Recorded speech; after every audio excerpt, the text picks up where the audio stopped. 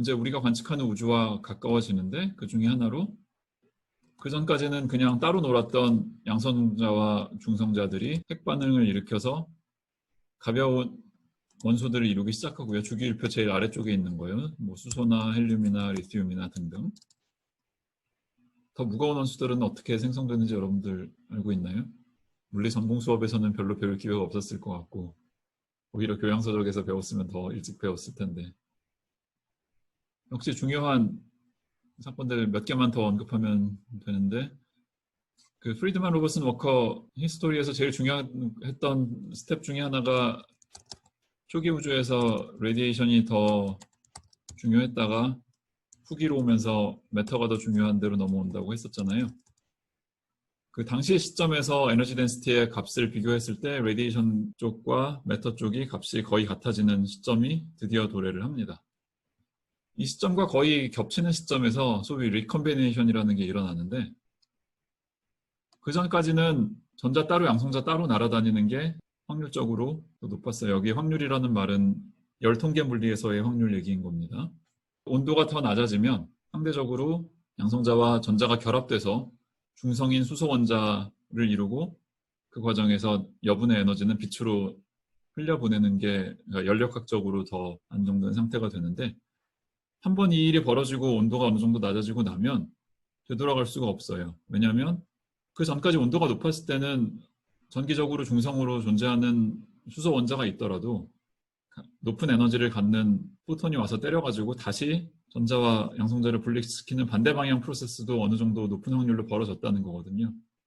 근데 온도가 낮아진 다음에는 일단 전체적으로 레드시프트에 의해서 포톤의 에너지가 낮아지기도 하고 전기적으로 중성이 된 수소 원자가 포톤이랑 잘 반응을 안 하기도 해서 대부분의 수소 원자와 대부분의 포톤은 그냥 상호작용하지 않고 서로 가까운 데서 지나가더라도 그냥 못 본 척 지나가는 게 기본 상태가 된단 말이죠. 예, 그래서 한번 전기적인 중성 상태가 된 이후에 분리된 포톤들은 되돌아가지 않고 자유롭게 돌아다니기 시작을 합니다. 그럼 한번 자유롭게 돌아다니기 시작하면 굉장히 먼 거리까지 도달을 할 수가 있는 거고요.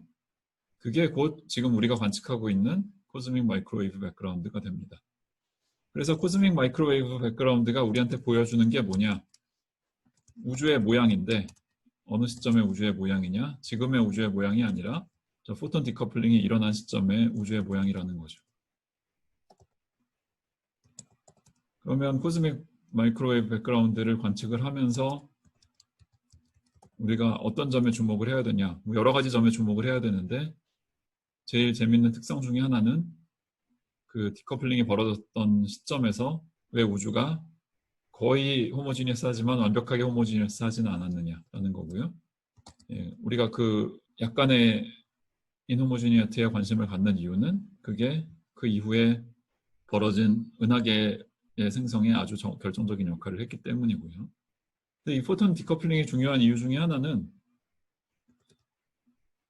우리가 빛을 관측해서는 저 포톤 디커플링 이전 세계를 직접 관측할 방법은 전혀 없어요. 왜냐하면 그전에는 포톤이 계속 전파가 된 게 아니라 계속 전자, 양성자 또는 다른 전하를 띠는 물질들이랑 반응을 해서 흡수됐다, 방출됐다, 흡수됐다, 방출됐다를 반복했단 말이죠. 그래서 그 코릴레이션을 지금 우리가 관측하는 포톤으로부터 추정한다는 건 뭐 이건 도저히 말도 안 되는 일이고요. 그래서 포톤 디커플링 이전의 시절을 이해하려면 간접적인 방법을 쓸 수밖에 없는데 반면에 우리가 만약에 저 포톤 디커플링 이전에 발생한 중력파를 어떤 식으로라도 관측을 할 수 있다 그러면 얘기가 달라질 수 있어요. 왜냐하면 중력파는 훨씬 더 상호작용이 약하기 때문에 훨씬 더 이른 시점에 발생한 중력파도 포톤이나 전기적인 물질이랑 서로 상호작용하지 않고 계속 흘러나왔을 거거든요. 다만 아쉬운 점은 중력파는 같은 이유로 상호작용이 굉장히 약하다는 이유로 지금 우리가 검출하기도 포톤보다는 훨씬 어려운 면이 있습니다. 저 포톤 디커플링에서 지금 현재 우리 우주까지 오는 과정에도 뭐 여러 가지 일들이 있었지만 그것들은 어느 정도 직접 관측이 가능하기도 하고 넓은 스케일에서는 프리드만 로버슨 워커 코스몰로지가 잘 작동하기도 하고 해서 그렇게 대단히 신비로운 영역은 아니고요. 아까도 잠깐 얘기했지만 초기에 있었던 약간의 인호모지니어티가 은하 생성에 씨를 뿌린 셈이 되었고 그 이후로부터 지금까지 은하, 그다음에 은하들의 클러스터, 클러스터들의 클러스터 뭐 그런 식으로 스트럭처를 이루는데 물론 그렇다고 해서 이 잘 보이는 영역이라고 해서 우리가 모든 걸 다 잘 이해하고 있다는 뜻은 아니고요. 아직 연구할 거리들이 남아 있는데 그래서 이쪽 분야 연구하시는 분들은 우주 전체를 대상으로 시뮬레이션을 돌린다고 해요. 그래서 포톤 디커플링 무렵의 초기 조건이 대략 이렇게 됐다고 치면 지금 우리 우주의 거대 구조는 이런 식으로 돼야 된다. 같은 이론 물리학자라도 어떤 사람들은 원자 하나도 아니고 뭐 양성자 하나의 내부 구조를 시뮬레이션을 돌리는 사람도 있고 또 어떤 사람들은 우주 전체를 놓고 시뮬레이션을 돌리는 사람들도 있고 그렇습니다.